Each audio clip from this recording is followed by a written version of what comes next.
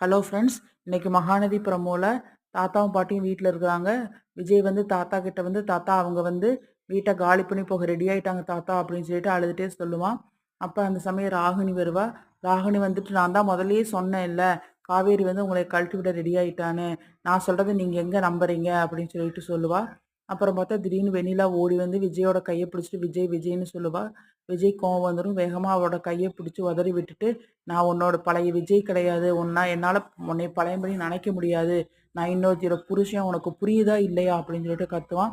அப்புறம் பார்த்தா அந்த சிஸ்டர் வந்து அவளை கூட்டிட்டு போயிடுறாங்க. அதுக்கு அடுத்தது இங்க வந்து மாடி மேல காமிக்கிறாங்க.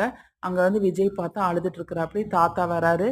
தாத்தா வந்து தாத்தா கிட்ட முடியல தாத்தா, என்னால காவேரியெல்லாம் என்னால சுத்தமா முடியலன்னு சொல்லிட்டு தாத்தாவோட மடியில படுத்துட்டு அழுதுட்டு இருப்பாப்படி.